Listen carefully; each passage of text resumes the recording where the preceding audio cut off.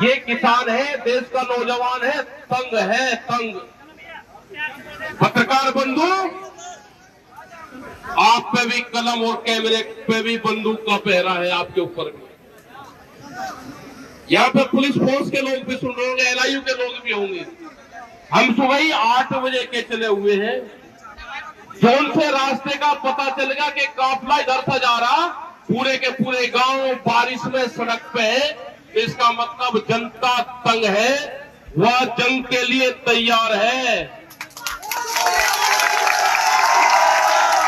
ये तो कोरोना से कह रहे थे, प्रधानमंत्री कह रहा कि कोरोना से जंग लड़ेंगे हम। ये तो 22 में लड़ेगा, ये किसान लड़ेगा।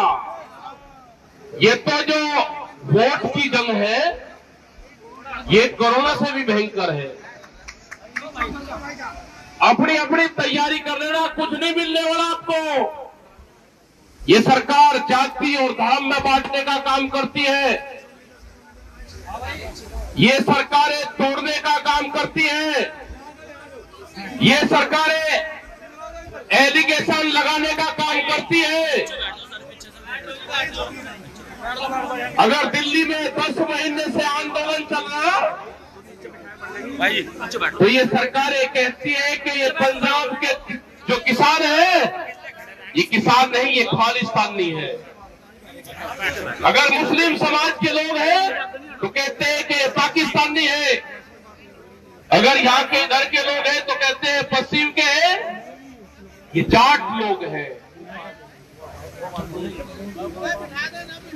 एलिगेशन, फिर कहते हैं कि छोटा किसान है, फिर कहते हैं कि चावल और गेहूं का किसान है। अगर यहाँ पर लक्ष्य आएंगे तो कहेंगे ये गन्ने का किसान था। ये बांटने का काम करते हैं, इनसे बच के रहना। इनने हमेशा वोट ली है, बांट के वोट ली है इन्होंने। ये गुजरात में गए तो पटेल और नॉन पटेल के नाम पर वोट ली, वहां पर समाज को बांटा। ये महाराष्ट्र में गए तो मराठा और नॉन मराठा के नाम पर बांटे। ये उत्तर प्रदेश में आए तो हिंदू मुस्लिम के नाम पर बांटे। ये हरियाणा में गए तो जाट और नॉन जाट के में खाइया बांटे। ये बांटने की राजनीति करने वाले लोग हैं। इनको ना कृषि से कुछ है, न इनको इस देश के नौजवान से कोई मतलब है। प्रधानमंत्री ने कहा था कि देश में जब हमारी सरकार आएगी तो 2 करोड़ रोजगार हम हर साल देंगे। 7 साल हो चुके हैं, 14 करोड़ नौकरियां खत्म हुई है। देश के नौजवान को धोखे में रखा है, उसको बर्बाद किया है आपने। देश के किसानों को बर्बाद किया।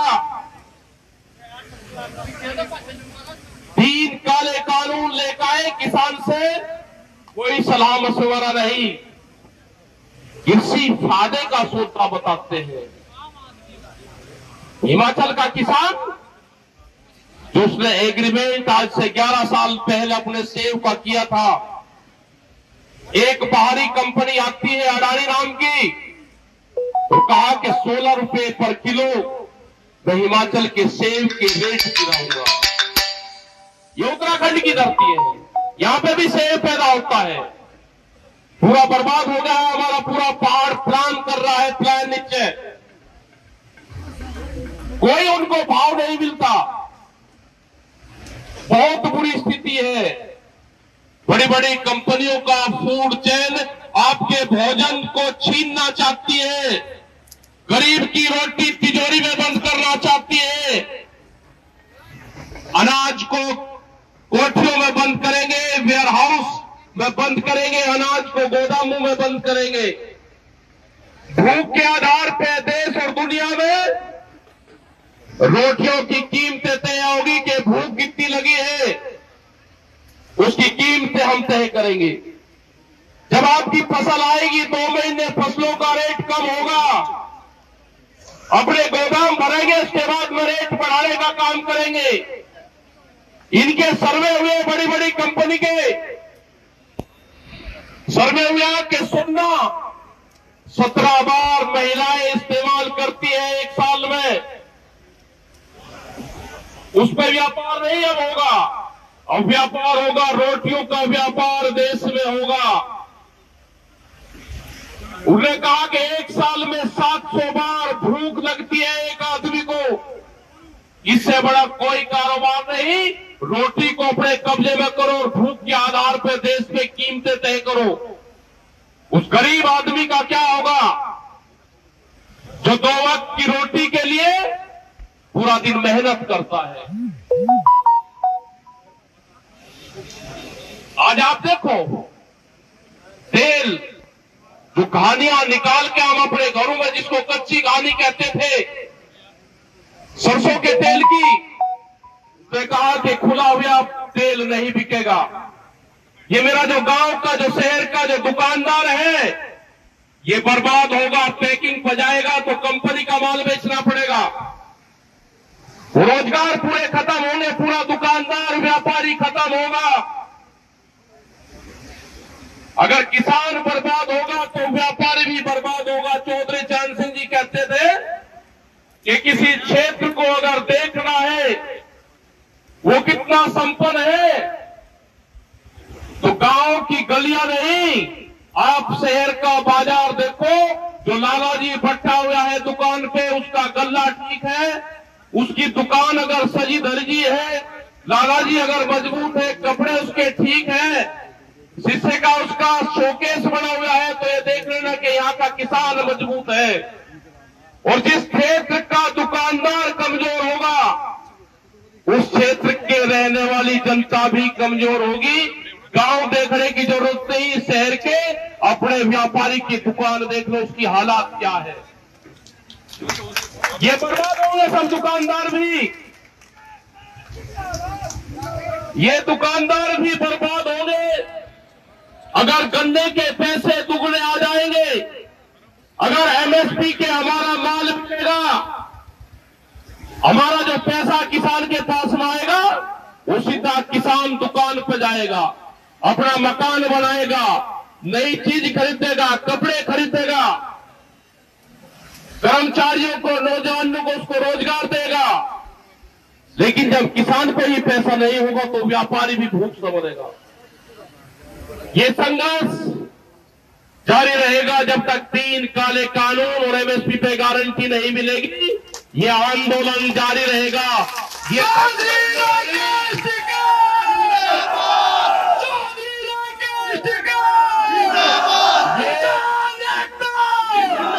ये 10 महीने नहीं, 10 साल भी आंदोलन चलाना पड़ेगा, तो 10 साल भी ये देश का किसान आंदोलन चलाएगा।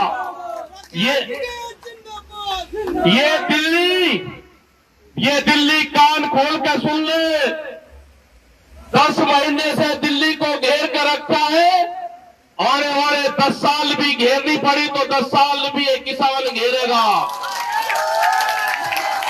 24 साल संघर्ष करो।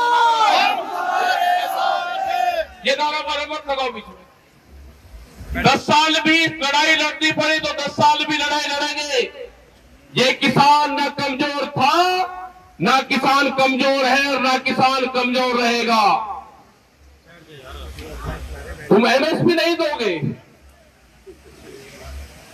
आज अगर किसान अपना धान बेच रहा है तो 1200 रुपया क्विंटल, बिहार में 800 रुपया क्विंटल धान की खरीद होती है, उसको एमएसपी पे बड़े व्यापारी बेचते हैं।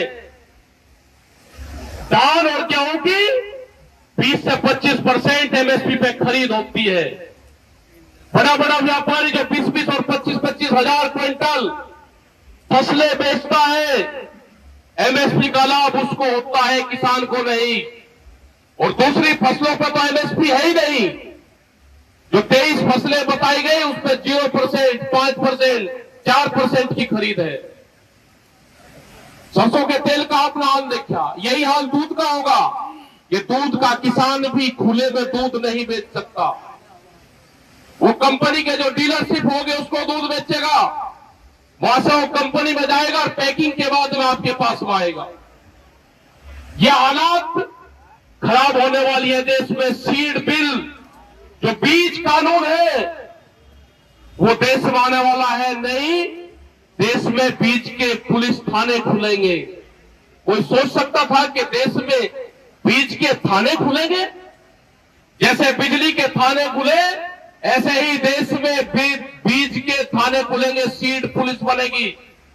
किस किसान ने कौन सी कंपनी का बीज लगाया, अगर आपने रजिस्ट्रेशन नहीं दिखाया कि मैंने कहां से बीज लिया, आपके खिलाफ कंपनी के लोग मुकदमा करेंगे और उसमें सजा और जुर्माना दोनों है। बहुत से कानून आ रहे हैं। आपको उलझा कर रखा कि आप तो गांव में लड़ते रहो, मैं इस देश को बेच लूं। ये झूठ कहते थे कि चाय बेचता था, इसका प्लान बहुत लंबा था, इसने आधा देश बेच दिया, रेलें बेची, बड़ी बड़ी कंपनियां बेची। विशाखापट्टनम में एक steel plant, Visakhapatnam steel plant, उसकी 3.5 लाख करोड़ से 4 लाख रुपए, 4 करोड़ रुपए कीमत, 3.5 लाख करोड़ से 4 लाख, 4.5 लाख करोड़ रुपया, उसको 14,000 रुपए में। जैसे कोई 4 लाख की चीज और 14,000 रुपए में बेचती हो, तो आमदनी किसकी बढ़ेगी? ये अडानी का क्या रिश्तेदार लगता है? अंबानी अडानी। गुजरात के अंदर 60 गांव की जमीन रिलायंस को दी, उसका अधिग्रहण करा। वहां आम की खेती होती थी, वहां पे वे पूरी की पूरी जमीन रिलायंस को दी, 60 गांव की जमीन। वो मुकदमा नीचे से लगाकर ऊपर तक आए, सुप्रीम कोर्ट तक। सुप्रीम कोर्ट में जो एक जज था उसने हराया। जब डबल मैच में गए वही जज डबल मैच में गया, जब हराया। जब ट्रिपल मैच में गए वही जज तीसरी मैच में भी गया, तीनों में हराया। क्या 60 गांठ है पता नहीं चल रहा। पूरे देश के संस्थाओं पे कब्जा है, बोलने की किसी की हिम्मत नहीं है।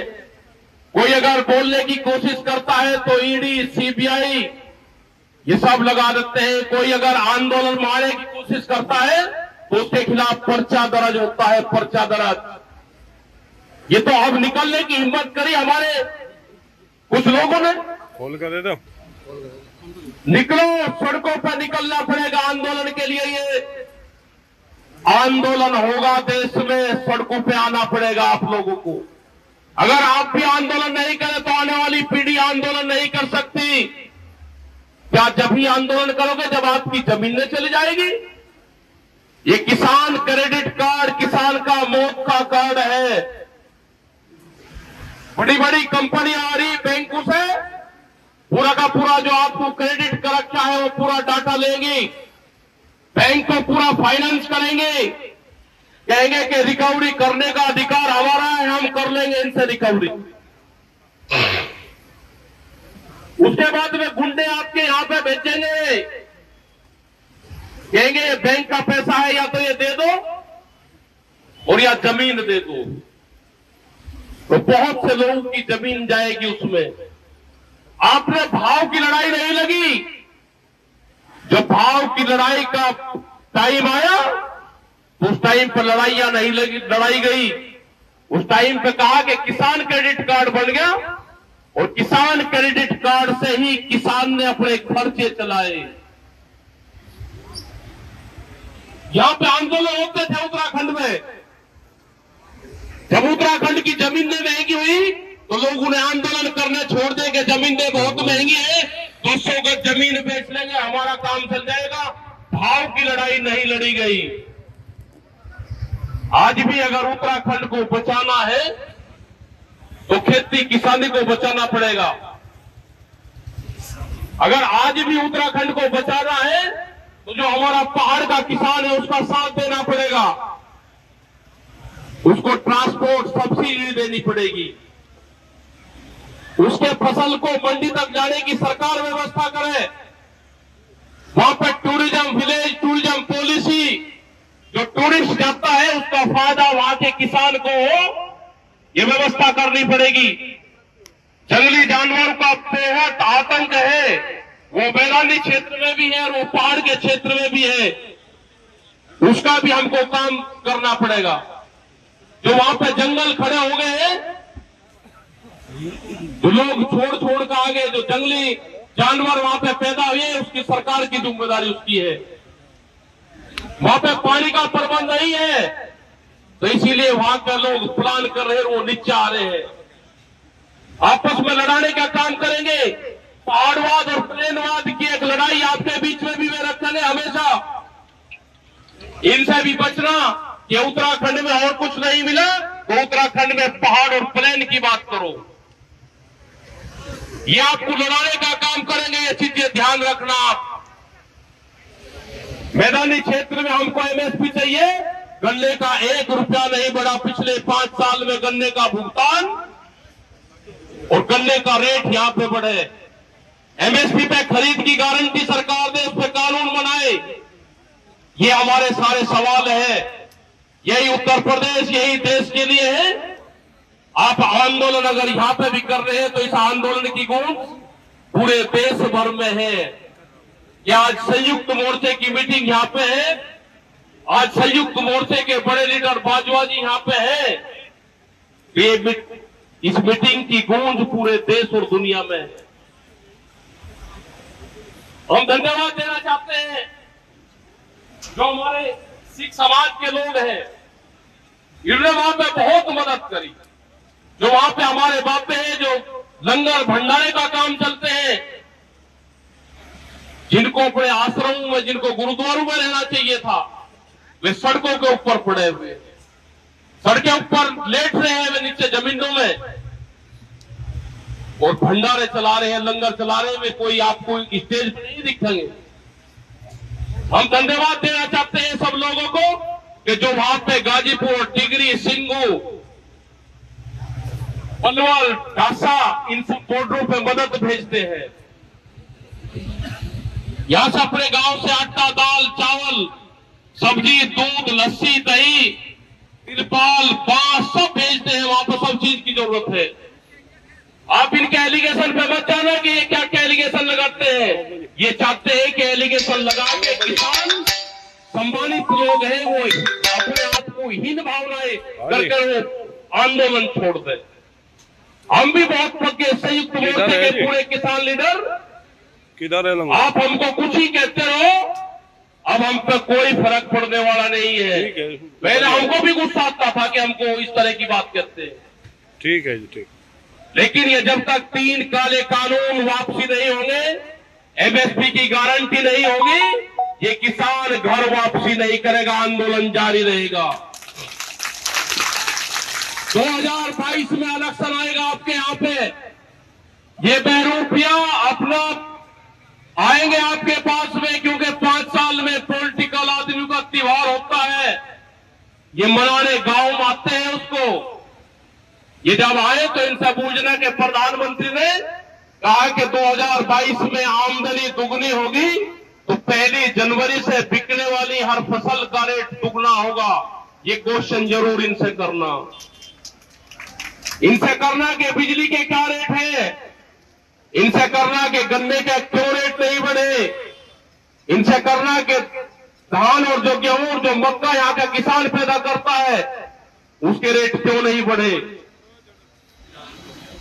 ये करना कि हमारे उत्तराखंड के लोग पूरे देश में रोजगार के लिए आ जाते हैं, उनका क्या प्रबंध करा।